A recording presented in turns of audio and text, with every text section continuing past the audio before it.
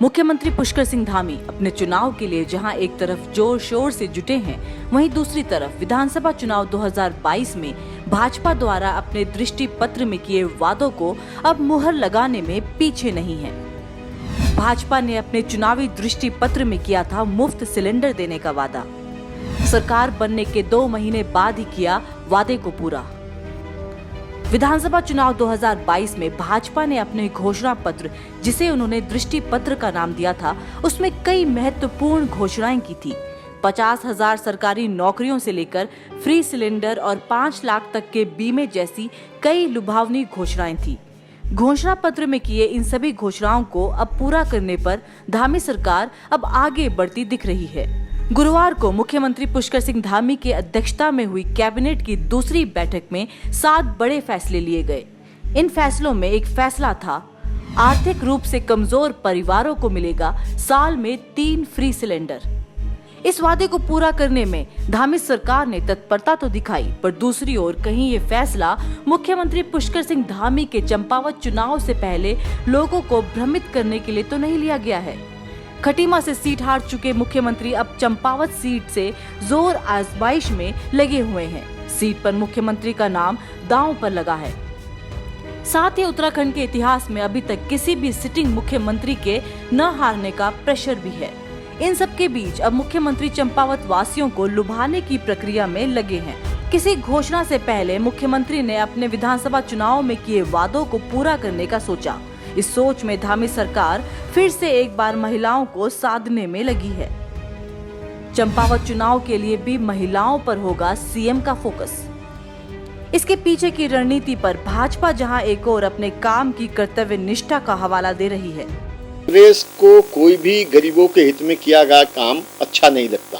कांग्रेस केवल नारे लगाना जानती है, गरीबी हटाओ, लेकिन गरीबों के लिए कुछ करना नहीं जानती।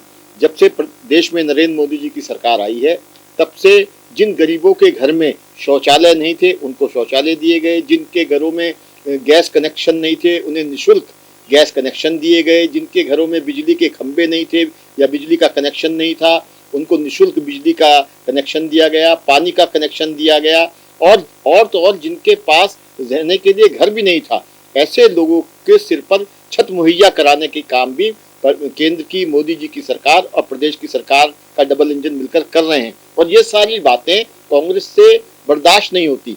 और जो हमने अपने दृष्टि पत्र में चुनाव से पहले कहा था कि सरकार बनने पर हम गरीब परिवारों को वर्ष में 3 गैस के सिलेंडर मुफ्त उपलब्ध कराएंगे, उसका अगर निर्णय हमने धरातल पर उतारने का काम किया है तो कांग्रेस को उसका स्वागत करना चाहिए, ना कि आलोचना। वहीं दूसरी ओर कांग्रेस इसे महज एक स्टंट मानती है। ये सरकार की अव्यवस्था है, सरकार की कुप्रबंधन की व्यवस्था है कि सरकार तैयार नहीं थी। आपको मालूम होना चाहिए कि जब 4 धाम यात्रा होती है तो एक कैबिनेट मंत्रियों का कोर ग्रुप होता है, जिसमें पेयजल होता है, पीडब्ल्यूडी होता है, स्वास्थ्य होता है, पर्यटन मंत्री होता है, मुख्यमंत्री होते हैं। इनकी लगातार मार्च से बैठक हो जानी चाहिए थी, लेकिन एक भी बैठक इस तरह नहीं हुई। पर्यटन मंत्री तो दुबई घूम रहे, आपके मुख्यमंत्री चुनाव में मस्त है।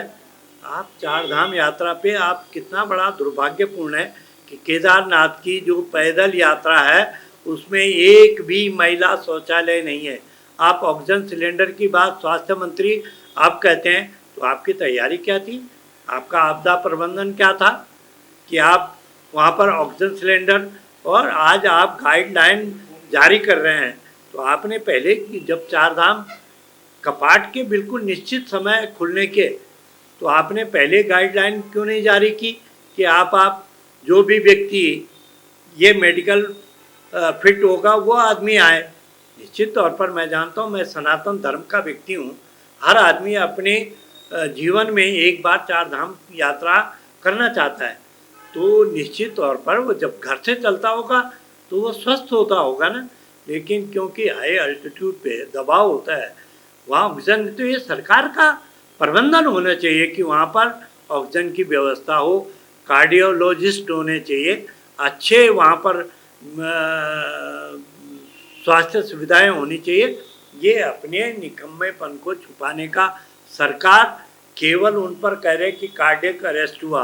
अरे भाई, आपकी कोई फर्स्ट एड भी तक नहीं वहाँ पर कोई अच्छी उपलब्ध है, आपका वहाँ पर कोई आईसीयू सेंटर नहीं है कोई ऐसा जिससे आप हेली सेवा से व्यवस्था क्यों नहीं जोड़ रहे हैं कि कोई अगर इस तरह से तत्काल बीमार होता है तो आप हेली सेवा दें ना, उसे हेली एम्बुलेंस की व्यवस्था करें। पर सरकार को केवल जुमलेबाजी से फुर्सत मिले तब तो काम करे। खैर, स्टंट हो या कर्तव्य निष्ठा, इस चुनावी वादे को पूरा करने पर भाजपा सरकार के नंबर तो बढ़ ही गए हैं। भाजपा अपनी कथनी और करनी के बीच के फासले को मिटाने में कम से कम चंपावत चुनाव तक तो कोई कसर नहीं छोड़ेगी। भला जनता का हो, इससे किसे बैर है। कैमरामैन आकाश के साथ रश्मि पंवार महर, देवभूमि इनसाइडर।